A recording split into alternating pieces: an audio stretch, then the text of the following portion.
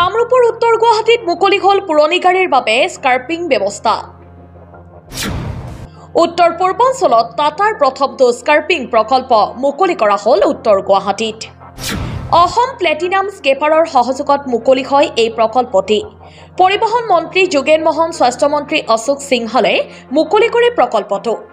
অসম মটৰছৰ সঞ্চালক সঞ্জীৱ নাৰায়ণে আদৰণি ভাষণ প্ৰদান কৰি এই প্ৰকল্পটোৰ লক্ষ্য আৰু উদ্দেশ্য ব্যাখ্যা কৰাৰ লগতে টাটা কোম্পানীক অসমত গাড়ীৰ নিৰ্মাণ উদ্যোগ স্থাপন কৰিবলৈ আহ্বান জনায়। উদ্বোধনী সভাত কামৰূপ জিলাৰ উপায়ুক্ত দেৱকুমাৰ মিশ্ৰ, পৰিবহণ বিভাগৰ আয়ুক্ত আদিল খান, টাটাৰ কাৰ্যকৰী সঞ্চালক গিৰিশ ৱাঘ অংশগ্ৰহণ লয়। টাটাৰ উদ্যোগত উত্তৰ পূৰ্বাঞ্চলৰ প্ৰথমটো এয়া স্কেপ প্ৰকল্প। এই প্ৰকল্পত বছৰি 15,000 গাড়ী স্কেপ কৰিব পাৰিব।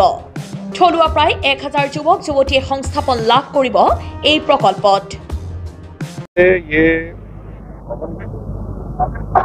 नेशनली हमारा 7वां रिसाइकलिंग फैसिलिटी है जो हमने हमारे पार्टनर अहोम ऑटोमोबाइल्स इनके साथ बनाया है।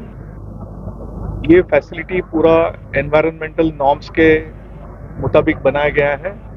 इसकी कैपेसिटी सालाना 15,000 गाड़ी हम स्क्रैप कर सकते हैं और हाँ सालाना 15,000, और जैसे रिक्वायरमेंट बढ़ेगी वैसे हम यहाँ पे कैपेसिटी बढ़ा भी सकते हैं। मैं government of Assam, honourable chief minister और ब्यूरोक्रेट सबका मैं शुक्रिया अदा करना चाहता हूँ क्योंकि उन्होंने ये प्रोसेस में बहुत सपोर्ट किया, इनकरेज किया और एक रिकॉर्ड टाइम में ये फैसिलिटी बन गई है। मैं संजीव नारायण जी जो हमारे पार्टनर हैं अहोम ऑटोमोबाइल्स के, उनका भी शुक्रिया अदा करना चाहता हूँ। धन्यवाद। भारतर ভিতৰত এতিয়া নতুন পলিচি যেটো আহি আছে, এপ্ৰিলৰ 1 তাৰিখৰ পিছত যিবোৰ গাড়ী পলিউট কৰা হ'ব, পলিউশন ক্ৰিয়েট কৰিব, সেইবোৰ গাড়ী স্ক্ৰেপ কৰিব লাগিব। গতিকে আমি আহাৰ আগতে পলিচিটো আমি নিজে প্ৰিপেয়াৰ্ড হৈ ৰেডি হৈ লৈছোঁ। আগতে নিয়মটো আছিলে 15 বছৰ গাড়ী হ'লে স্ক্ৰেপ কৰিব লাগে বা চৰকাৰী গাড়ী 10 বছৰ হ'লে স্ক্ৰেপ কৰিব লাগে। এতিয়া তেনেকুৱা নহয়, এতিয়াৰ পৰা এনেকুৱা হ'ব এপ্ৰিলৰ পিছত যে গাড়ী যদি পলিউশন ক্ৰিয়েট কৰে 5 বছৰ গাড়ী হ'লেও সেইটো স্ক্ৰেপ হৈ যাব। গতিকে গাড়ীয়ে পলিউশন যেন ক্ৰিয়েট নকৰে, কাৰণ আমি সবেই জানো ক্লাইমেট চেঞ্জ হৈছে, অৱস্থা খুব এটা ভাল নহয় এনভাইৰনমেণ্টৰ, তাৰ ইফেক্ট বহুত পৰি আছে। সেইকাৰণে চৰকাৰে এই নতুন ব্যৱস্থাটো ওলাইছে। আমি আগভাগ লৈ পেলাই আমি টাটাৰ লগত জইণ্ট ভেঞ্চাৰ এটা কৰি পেলাই আমি এই বস্তুটো অসমত লৈ আনিছোঁ। নৰ্থ ইষ্টৰ এইটো প্ৰথমটি চেণ্টাৰ টাটাৰ লগত, আৰু যিহেতু আপোনালোকে জানে আমি টাটাৰ লগত বহুতো কাম কৰি আছোঁ, বিভিন্ন ধৰণৰ আমি কামবিলাক তেখেতসকলৰ কৰি আছোঁ। আৰু এটা কাম আমাৰ যোগদান হ'ল আমাৰ লগত টাটাৰ, আৰু এই স্ক্ৰেপেজ পলিচিটোৱে গাড়ীবিলাকৰ যিটো প্ৰাপ্য, যিটো আচল ভেলিউ, সেই ভেলিউটো দিব। আপোনালোকে ভাবিব নোৱাৰে যে এটা পুৰণা গাড়ী যেতিয়া স্ক্ৰেপ কৰা যায় সেইটোত কিমান পইচা পোৱা যায়। আমি দেখা পাওঁ ৰাস্তাই ঘাটে বা ডিপাৰ্টমেণ্টবিলাকত বহুত গাড়ী পৰি আছে, এনেই পৰি থাকে, পচি যায়, একো নাপায়। এতিয়া সেই একোটা গাড়ী 30,000 40,000 লৈকে 50,000 লৈকে পায়, স্ক্ৰেপৰ ভেলিউটো ওলায়।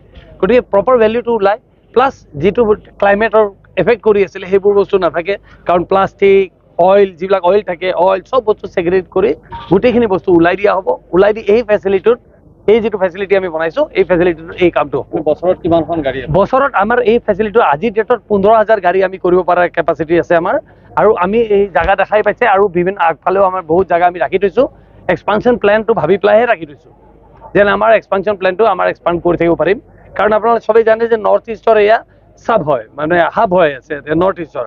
আৰু মই নৰ্থ ইষ্ট নহয়, মই আজি মোৰ স্পীচতো কৈছোঁ, নৰ্থ ইষ্ট নহয় চাউথ ইষ্ট এছিয়াৰ আমি হাব হ'বলৈ গৈ আছোঁ। এতিয়া গোটেই চাউথ ইষ্ট এছিয়া বহুত ওচৰ হৈছে, আপুনি গম পায়, ভূটান ইমান ওচৰত, 45 মিনিটৰ ভূটান পায়, 3 ঘণ্টা 4 ঘণ্টাৰ ভিতৰত ম্যানমাৰ গৈ পায়, ইমান ওচৰৰ জেগা। বাংলাদেশ ওচৰত আছে। এটা সময় আছিলে বাংলাদেশৰ পৰা মানুহবিলাক অসমত সোমাই আছিলে, আমি সবেই জানো কিয় আহিছিলে। এতিয়া সময় সলনি হৈ গ'ল, এতিয়া ইয়াৰ পৰা বস্তু আমি পঠিয়াবই পাৰিম, উল্টাই হৈ যাব এতিয়া বস্তুবিলাক। ইতিমধ্যে মই কৈছোঁ আপোনালোকক, এই যোৱাকালি আমি 2টা ৱৰ্কশ্বপ আৰম্ভ কৰিছোঁ, এটা যোগীঘোপাত, এটা সোণাপুৰত। News desk report, Suhana live.